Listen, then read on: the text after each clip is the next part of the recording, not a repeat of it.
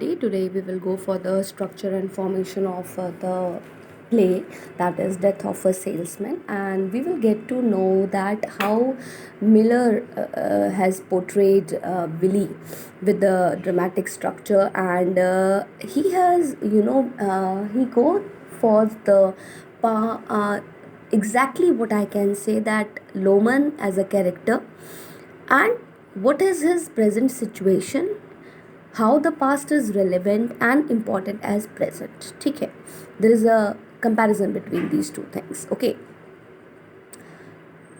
this is a quite, you can say, that unusual interesting concept, which is like Miller changes from past to present. He is making a balance between these two things. Okay, so we move from present to past, past to present, changing tenses, situations, voices. So this is significant because, as you can say, that when at the same time, that was very ironic. Willie's father was everything, है ना, but the structure says it shows a stream of consciousness का, ठीक है, कि हमारे अंदर जो उथा पुतल है वो क्या चल रही है, कैसे चल रही है, with a number of different situations happening at the same time. बहुत सारी सिचुएशंस एक समय पर चल रही हैं. So this makes it very hard to fit anything past with the present. ठीक है, जब वो बात करता है, there is a unusual comparison, है ना.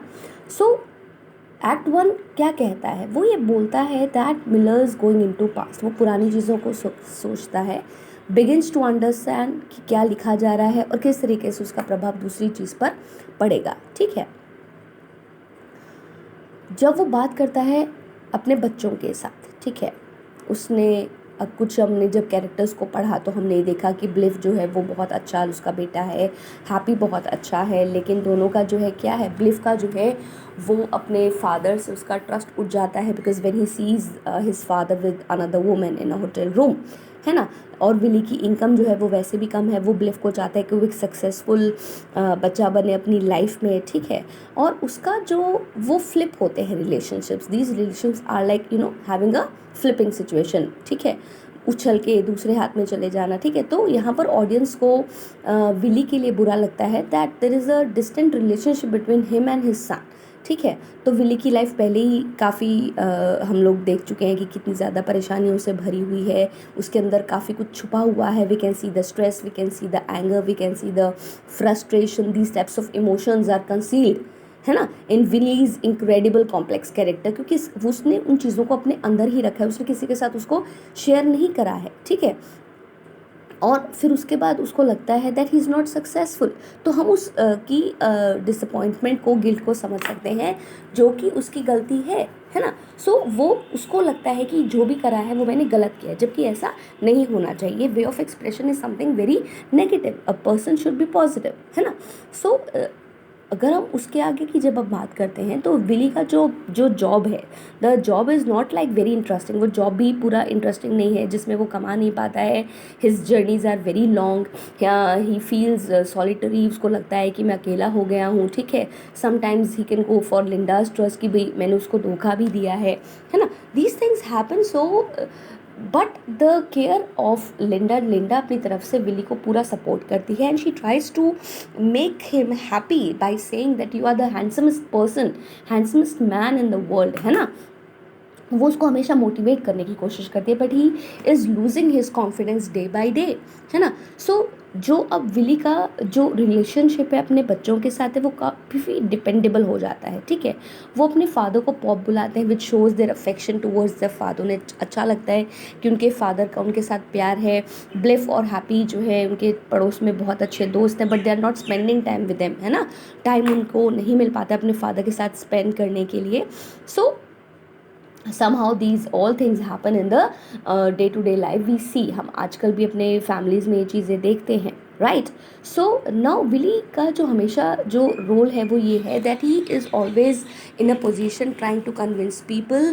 That is a high achieving salesman, कि वो बहुत अच्छे से लोगों को कन्विंस कर पाता है, बट अपने आप को भी कर लेता है. ठीक है, but he uses some bad words for himself as well. Okay, so the thing starts, जो एक एटीट्यूड है. ठीक है, now what type of attitude that comes In this we can see that now the dramatic structure is all about कि जो form है play का वो इरेगुलर प्रोसेस ऑफ माइंड है कि रेगुलर नहीं है वहाँ पर, कि वो एक स्टेबल पोजीशन में है and everybody doesn't stand in a stable position when the person is suffering from many bad things in his life. ठीक है, तो यहाँ पर क्या है, विली को अब कई बार अपने ज़िंदगी की सच्चाई पता लगती है, लेकिन वो एक बड़ी तेज़ी से वो उसके सामने आती है। ठीक है, तो मिलर जो है, आर्थर मुलर की कोशिश है वो इस तरीके से उसको रखता है that literary at that terrible moment when the voice of past is no longer distant, जब पास्ट की चीज़ें दूर नहीं रह जाती but quite as loud as the voice of present, लेकिन वो आज की आवाज़ से भी ज़्यादा तेज़ हो जाती हैं। ठीक है, और उसके जैसी होती हैं। So here we can see the structure is mobile concurrency of past and present, fantasy and biography. ठीक है, there is a difference, you know. ठीक है, so now the concept says that nothing in life happens next. ऐसा नहीं होता है कि ये सब चीज़ें आपके साथ गुजर रही हैं, नो, थिंग्स हैपन, बट प्रभाव जो है उसका पास्ट का कहीं ना कहीं पर ज़िंदगी में रहता है। ठीक है, तो पास्ट को कभी भी उसको आगे नहीं लाया जाता है किसी भी आदमी के रिलेशनशिप्स में, किसी भी आदमी के ज़िंदगी के निचोड़ में, और प्रेजेंट में भी उसका इस्तेमाल हम नहीं करते हैं। Okay, so there is a, जो इसके दिमाग की जो स्थिति है that is a psychological state which exactly exemplify, जो एग्जाम्पल देती है रिलेशनशिप जिसका पास्ट है प्रेजेंट में है, एक ऐसा फॉर्म जो क्या कर रहा है, विली लोमन के दिमाग को चला रहा है। ठीक है, so combined expressions are there, realism to create the form, innovation है जो ड्रामेटिक टेक्निक को भी लेकर आती है। ठीक है, नाउ अगर हम बात करें तो वो कहता है कि realism as a dramatic method. ठीक है, अब रियलिज्म को हम कहाँ इस्तेमाल कर सकते हैं? There are two basic approaches of dramatic method of realism. ठीक है, जो वेस्टर्न ड्रामाज में हमें देखने को मिलता है, जहाँ पे उसकी जो रिलेशनशिप्स हैं अपने आसपास के लोगों के साथ वो कैसे हैं। ठीक है, हीरोइक फिगर है, ठीक है, बट उसके कुछ मॉरल्स हैं, एथिकल प्रिंसिपल्स हैं जिस पर वो काम करता है। ठीक है, रियलिस्टिक कैरेक्टर्स हैं, ठीक है, जो उसकी आवाज़ को बदल देते हैं, उसकी ड्रेसिंग सेंस को चेंज करते हैं, उसकी हैबिट्स को चेंज करते हैं, है ना, और उसको दूसरों से अलग बनाते हैं। ठीक है, सो उसने जो उसके लिए स्टाइल चेंज किया, उसने उसको शो किया कि वो डोमिनेट कर सकता है। ठीक है, in his own approach, but realism से वो कोसों दूर है। ठीक है, वो सच्चाई को बहुत जल्दी से एक्सेप्ट करने की कोशिश नहीं कर रहा है। ठीक है, सो रियलिस्टिक स्टाइल जो है वो एक तरीके से एक सेम्बलेंस है जिसमें वो समय लगाता है, मंथ्स लगाता है, साल लगाता है। ठीक है, और वो उन चीज़ों को और ज़्यादा कॉम्प्लेक्स बनाने की कोशिश करता है। ठीक है, सो जो मिलर जो है अपने जो टाइम, जो उसको लगता है, जो टाइम सिचुएशन को उसने जो कॉम्प्लेक्स बना है, वो कहता है explores the watch and calendar, बोला कि इसको सबको उड़ा दो बस, कुछ नहीं है ना। तो साइकोलॉजिकल रिज्म है वो उसको हर जगह रिलेट करती है। ठीक है, सो एक्सप्रेसिव जो डिटेल्स हैं वो बहुत ज़्यादा बड़ी हैं, जिसमें उसने धीरे धीरे उनको शो भी करने की कोशिश करी है। ठीक है, सो यहाँ पर विली का जो दर्द है, जो वो लास्ट में जो कोलैप्स हो जाता है कि टाइम और स्पेस जो है वो उसके जीवन में नहीं रह पाता है, उनसे वो हार जाता है, और हारने वाले व्यक्ति ही जो है सुसाइड को कमिट करते हैं। ठीक है, अब मिलर जो है जो क्लेम करता है कि वो अपने काम से अट्रैक्टेड है, लेकिन वो सही से नहीं कर पा रहा है।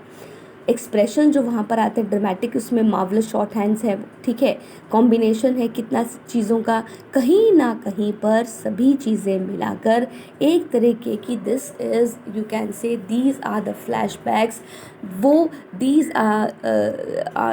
Things are the like you know techniques which heightens the basic irony of the play. ठीक है, जितने भी शब्दों का इस्तेमाल है वो सभी इस प्ले की आयरनी को दिखाते हैं, जहाँ पर विली की लाइफ जो है that is the combination of conflict and contrast and the belief, the psychological reality, the things, the burden of his life, वो सभी चीज़ें मिलाकर उसकी ज़िंदगी को एक कॉम्प्लेक्स स्ट्रक्चर के रूप में खड़ा करती हैं। ठीक है, और इस तरीके से हम इस नॉवल को भी देखते हैं दैट इज़ अ कॉम्बिनेशन जहाँ पर पास्ट और प्रेजेंट का बैलेंस है, जहाँ पर नेचुरलिज्म है, रियलिज्म है, फॉर्मेशंस हैं लाइफ की, सिचुएशंस जो हसल एंड बसल को हम देखते हैं, कॉन्फ्लिक्ट्स हैं, ये सब चीज़ें जो स्ट्रक्चर को स्ट्रॉन्ग बनाती हैं। Okay, if you have any query you can call me. Thank you.